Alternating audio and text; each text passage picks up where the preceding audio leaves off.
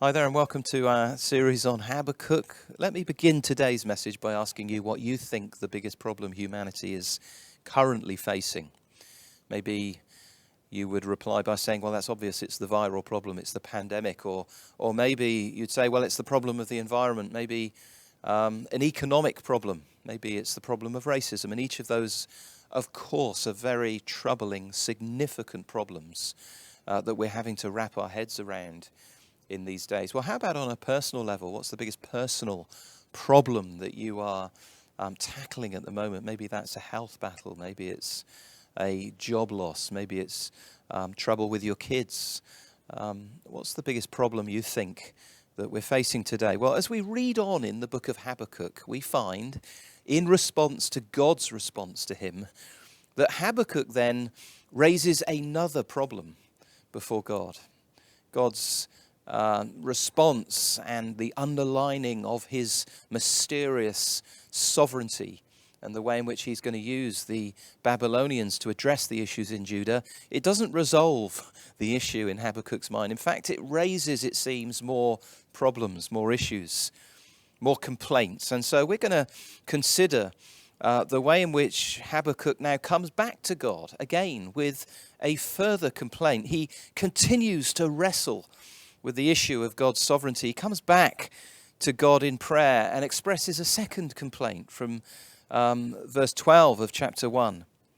And at the heart of his complaint now is the issue of God's holiness and how that relates to our inherent sinfulness, or in his day in particular, the sinfulness of this Babylonian race that God is taking hold of and going to use. And this issue of God's holiness and our inherent sinfulness, I would suggest, is the most pressing, urgent problem of our day. In fact, of every generation. It's more pressing, I would suggest, than the problem of the virus, more pressing than the problems that we're having with the environment and with the economy. And that's not to say that those other problems are insignificant. They most certainly aren't. Or that they shouldn't be addressed. They most certainly should. It's just to underline that the Bible presents us with a more profound problem. A problem that's rooted in the very reality of God's own holiness and the inherent sinfulness of humanity. And that's what we're going to explore in this message. So let's listen to this passage read to us once again. Are you not from eternity, Lord my God? My Holy One, you will not die. Lord, you appointed them to execute judgment. My rock, you destined them to punish us. Your eyes are too pure to look on evil, and you cannot tolerate wrongdoing. So why do you tolerate those who are treacherous? Why are you silent while one who is wicked swallows up one who is more righteous than himself? You have made mankind like the fish of the sea, like marine creatures that have no ruler. The Chaldeans pull them up with a hook, drag them in their dragnet, and gather them in their fishing net. And that is why they are glad and rejoice. That is why they sacrifice to their dragnet and burn incense to their fishing net. For by these things their portion is rich and their food plentiful. Will they therefore empty their net and continually slaughter nations without mercy? I will stand at my guard post and station myself on the lookout tower. I will watch to see what he will say to me and what I should reply about my complaint. What we find here is that God's intention to use these Babylonians raises a massive problem in Habakkuk's thinking. And he begins his comeback to God by asking God a question. He says this, are you not from eternity, Lord my God, my Holy One? You will not die. Lord, you appointed them to execute judgment, my rock. You destined them to punish us. Your eyes are too pure to look on evil, and you cannot tolerate wrongdoing. So why do you tolerate those who are treacherous? It's a good question. It's an important question. How can a God who is eternal and holy interact with, in time, fallen, sinful human beings? How can this Holy One of Israel be present amongst and engage with and even employ for his purposes the idolatrous Babylonians? Now, as a member of Judah and the wider nation of Israel, with the revelation that they have of God, Habakkuk understands something that is absolutely foundational about who God is. He is holy. He is a part, that's Habakkuk, of a unique nation that's unique in that it has a unique revelation of who God is, whilst the surrounding nations in the ancient world were worshipping fabricated gods and goddesses, which were in many ways nothing more than magnified versions of themselves, or attached to and associated with aspects of creation itself. Israel, in the midst of that, received a revelation from God. God with a capital G. The God who was uniquely and eternally holy. Often the character and behavior of the other gods of the surrounding nations around them was far from what we would consider holy. Take, for example, the god Baal. According to ancient texts, Baal, the god of fertility, had incestuous relations with his sister Anath. And he also fathered a bull calf from having relations with a heifer. That's far from holy behavior. Against the backdrop of the worship of these kind of gods, we find in Scripture that Abram, who interestingly was called out from among the Chaldeans and was then therefore most probably a Chaldean himself, a Babylonian himself, Abram receives a revelation of God, the Holy One. And he is called to be the father of a whole new nation, a holy nation. Many generations later, we find that Moses, one of his descendants, meets with this God and leads the nation out of Israel. And God, in that moment, reveals himself as Yahweh. Moses sees what is a burning bush. And God says to him, Moses, take off your sandals, for the ground that you're standing on is holy ground. The Holy One of Israel calls Moses. And then on Mount Sinai, the Holy One of Israel comes, and there is fire and there's thunder, and the people are warned not to go anywhere near the mountain, or they will most certainly face destruction. God, the Holy One, on the mountain gives Moses the Torah, the law, which embodies his holy character and his holy intentions for his holy people. Laws and requirements that mark Israel out as a holy nation. And at the heart of their calling as this holy nation is the call to acknowledge and worship the Holy One, God himself, Yahweh. Provision within the law is made with a sacrificial system that will make it possible for the high priest to come before this Holy One. Systems are put in place through the law itself that will protect the people from being destroyed in the light of God's holiness and his presence amongst them. So it's this Holy One of Israel that Habakkuk is addressing and praying to. And it's his understanding of God's holiness that presents him with such a profound problem in his day. How can this Holy One, who's made a covenant with Israel as his holy nation and made it abundantly clear that he cannot have anything to do with human sin and unholiness, how can this God possibly take hold of unholy Babylon? How can the one whose eyes are too pure to look on evil actually employ what is in many ways so desperately evil in his sovereign plan and purpose?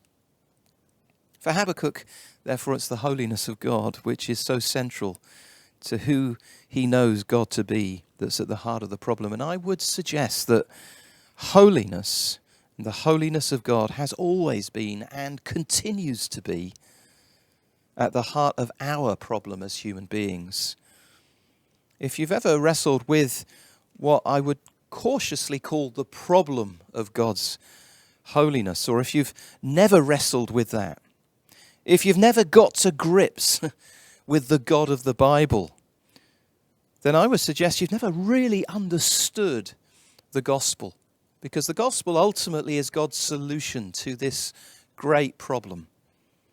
The holiness of God, R.C. Sproul said, is one of the most important ideas that a Christian can ever grapple with. It is basic to our whole understanding of God and of Christianity.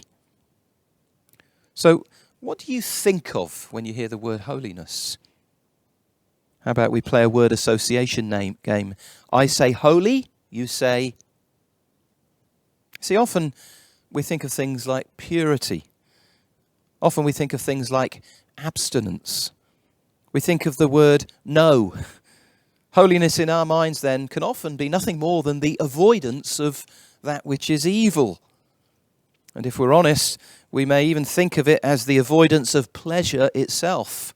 Holiness in our minds is saying no to cream cakes, and no to our sexual drives, and no to gin and tonic. And there are undoubtedly ways in which the reality of God's holiness should impact our choices in some very real practical ways, and introduce helpful boundaries into our lives that promote our ultimate good. But holiness is not the absence of something. It's not simply the absence of sin or the absence of evil. It's the presence of eternal goodness. It's not emptiness, it's fullness. At the heart of what it means then for God to be holy is the notion of his otherness, the way in which he is separate and distinct from the rest of creation. That he is in many ways unlike us in some very fundamental ways. Philip Ryken says that holiness is the beauty of God's being in essence. It refers to everything that distinguishes him from us. It includes his majesty, purity, otherness, and transcendence. Holiness is the separation between the creature and the creator, the infinite distance between God's deity and our humanity. That means, of course, that God is qualified like no one else is qualified to be worshipped and to be adored. He's the Holy One. He's the transcendent one. He is alone God with a capital G. It also means that he's perfectly, positively, infinitely majestic. This is where we begin to struggle to find appropriate terms in our human language to describe what we mean by God's holiness. And the Bible often provides the phenomenon of light or the phenomenon of fire to give us some kind of handle, some kind of indication of what we mean by God's holiness. It's dazzlingly pure, it's powerful, it's all-consuming. I don't know if you've noticed that car headlights seem to be a little brighter nowadays. Well, apparently a car headlight on full beam generates about 2,000 lumens. Now compare that to the sun. The sun gives off 3.4 billion lumens of light per square foot at its surface. It's just as well that we're 150 million kilometers away from it. One of my favorite films is the Danny Boyle film Sunshine, and in Sunshine, which is a space film, the spaceship, the Icarus II, is approaching the sun itself. There is a solar observation room within the vessel of the Icarus II where the crew can observe the sun in a particularly controlled and filtered way. And as the film unfolds, we find that Searle, the ship's doctor and psychologist, develops an unhealthy fascination, an obsession with the power of the sun that they are inevitably moving towards. And he spends more and more and more time within the solar observation room. He begins in the film as they near the sun to be fried alive as he's exposed to the brightness of the solar glare. There's something immense. There's something inconceivable. There's something about the awesome, dazzling light energy emitted by our sun. And yet that is just a very small indicator of the infinitely dazzling, unique, bright, moral majesty of the God of Habakkuk. It points in part to the holiness of God. And so we're left then with a notion of something that's both terrifyingly pure and at the same time compellingly attractive, endlessly fascinating. Something that at one and the same time sheds a glare upon our moral uncleanness, whilst drawing from us deep within a deep sense of wonder and adoration and devotion. This is far more than the absence of sin. And the fact that this is who God is raises a major, profound problem in the mind of Habakkuk. Habakkuk's second complaint raises this problem with regard in his day to the Babylonians. How can the one whose eyes are too pure on evil even consider taking hold of these godless Babylonians? Habakkuk takes it upon himself then to remind God of some of the features of the Babylonians, as if God needed to be reminded of that or educated in that. But in doing so, Habakkuk helpfully, I think, identifies some of the features of sin broadly, as it applies to all of us when we're outside of Christ. So what do we learn here about sin in the complaint of Habakkuk? We find, first of all, that it is a serious condition. Habakkuk here uses terms like evil, wrongdoing, treacherous, wicked. And those are strong terms. They're very clear terms. In the light of God's holiness, then, sin is a profoundly serious thing. When we deny the holiness of God or minimize the holiness of God, we begin to see sin differently. We begin to speak of it differently. We speak of disorders and pathologies. We speak of mistakes. We speak of character flaws. And outside of the light of God's holiness, sin becomes redefined as a superficial problem that's somehow manageable and resolvable. Maybe all we need is a little more education. Maybe we need some social conditioning. Maybe we need effective political leadership. Maybe we need just a good, healthy environment to raise our kids in, to deal with it. But you know, when the spotlight of God's holiness shines, we become very aware that it's a profoundly serious problem. Jesus himself spoke of sin in that way. He said, if your right eye causes you to sin, gouge it out and throw it away. For it's better that you lose one of the parts of your body than your whole body be thrown into hell. And if your right hand causes you to sin, cut it off and throw it away. For it's better that you lose one of the parts of your body than for your whole body to go into hell. In John 8, he says, truly I tell you, everyone who commits sin is a slave of sin. So let's beware of taking sin lightly. Let's view it in the light of God's holiness. Let's view it as Jesus views it. Let's speak of it in clear terms. Let's not muddy our language in a way that minimizes it and downplays its seriousness. Let's resist the tendency that's all around us to redefine sin as a somehow superficial problem, which is manageable with a bit of therapy and social conditioning and perhaps life coaching. Second thing we learn in the light of God's holiness about sin here through Habakkuk is it provides short-term gains. Now, Habakkuk here describes how the Babylonians appear on the surface to actually be benefiting from the sinful choices that they're making and the life they're pursuing. He speaks of the way in which, in verse 15, they're glad and rejoice. In verse 16, he speaks of the way in which their portion is rich and their food is plentiful. So it looks like not only are they getting away with their sinful choices and their sinful course of action, but they're actually prospering from those choices. They appear, in the eyes of Habakkuk, to be the winners, not the losers. As a nation, they are prospering. It looks like they're doing okay out of it. Their GDP is high. Their standard of living is rising. Luxury goods are more accessible. It looks like they're living the high life. And that's often the case when it comes to the pursuit of sinful choices. There's a short-term gain. On a personal level, that may be the short-term, temporary pleasure that an illicit substance brings to us, or the joy of a shopping spree, or the excitement of an affair, or an illicit sexual encounter.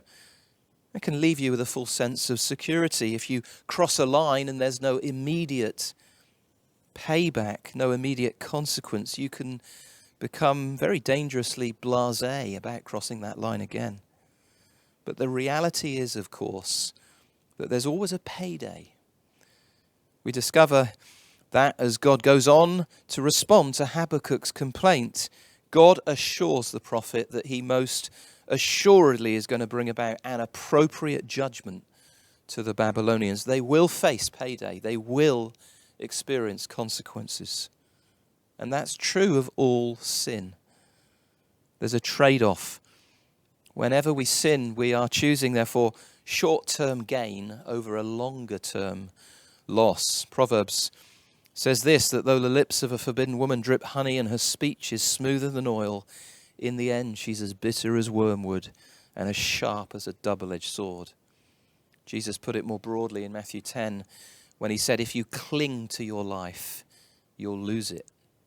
But if you lose your life for me, you'll find it. So let's beware of being lured into a false sense of security when it comes to sin. Hebrews speaks of not being hardened by sin's deceitfulness, and there is therefore an inherent deceitfulness about sin that we need to be aware of.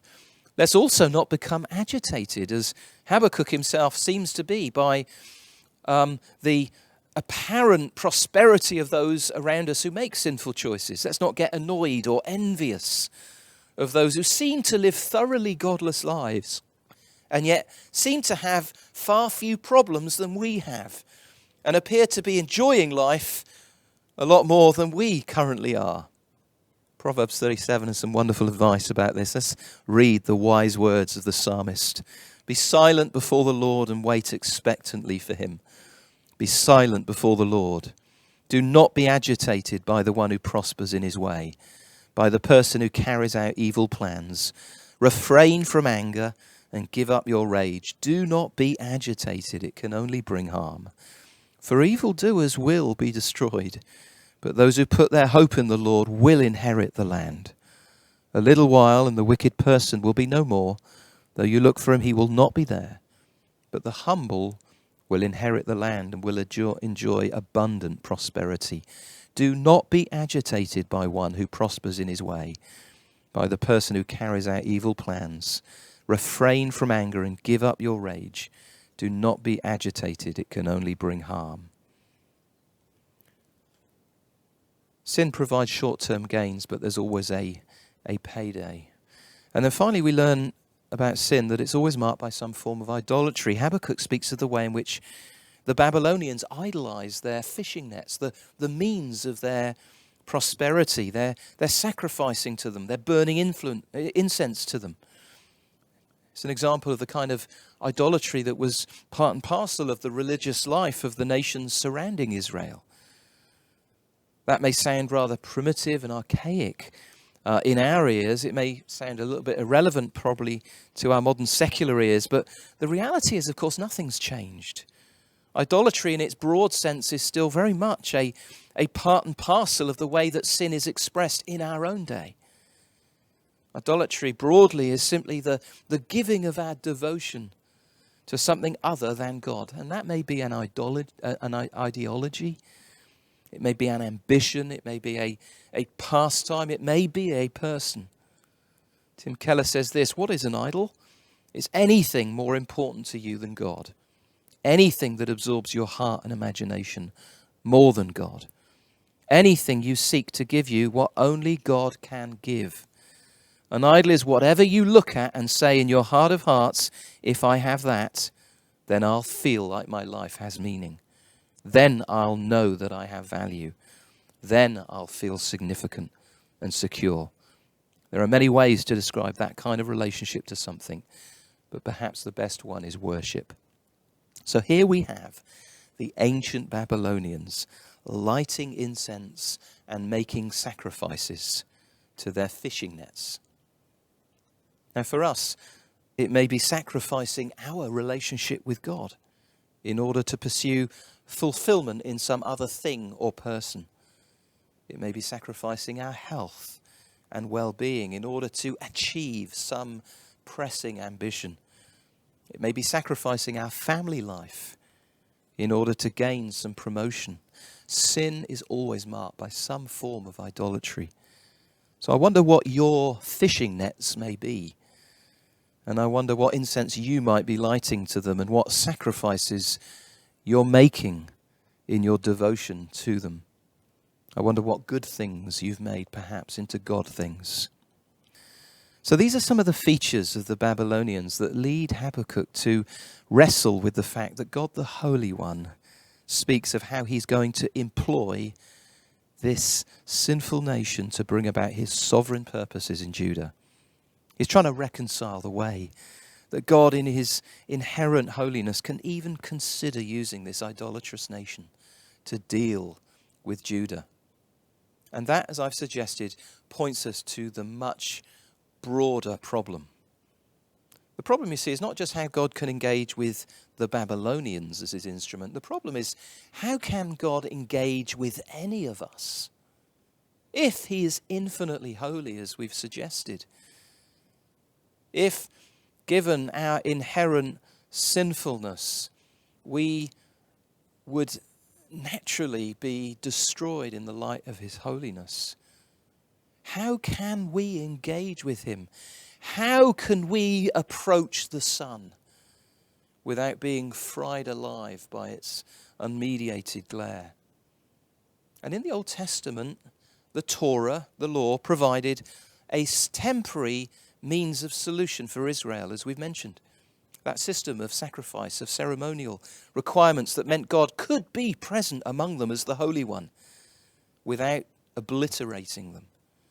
They were shielded from the holiness of God with an elaborate set of provisions and procedures that somehow they could manage to survive and tell the tale. That's what the book of Leviticus describes and outlines in great detail. But that wasn't a permanent solution, and it was fraught with problems. It meant, in the first place, the need for a priesthood and the need for a continual supply of animals for sacrifice. It meant a meticulous need to constantly meet every procedure that it provided. It provided only a limited opportunity to engage with this Holy One. This was a covenant, of course, made with Israel, and so only their high priest once a year got to enter the Holy of Holies. What about the rest of the nation? And what about the other nations? It didn't resolve those issues and those problems. And so what ultimately needed to happen, and what the story of the Bible takes us to, is that there needed to be a permanent high priest. And there needed to be a sacrifice that would not need to be repeated.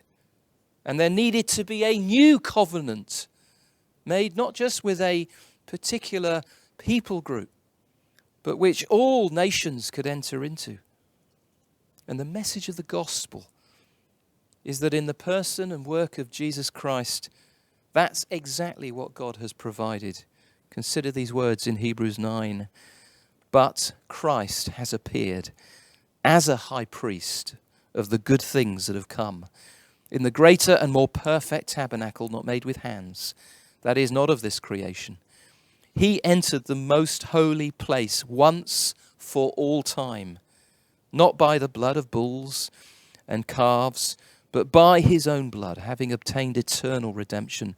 For if the blood of goats and bulls and the ashes of a young cow, sprinkling those who are defiled, sanctify for the purification of the flesh, how much more will the blood of Christ, who through the eternal Spirit offered himself without blemish to God, cleanse our consciences from dead works so that we can serve the living God.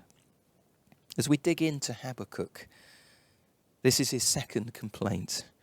And he's grappling in his day and in his own immediate context with the fact that God is holy.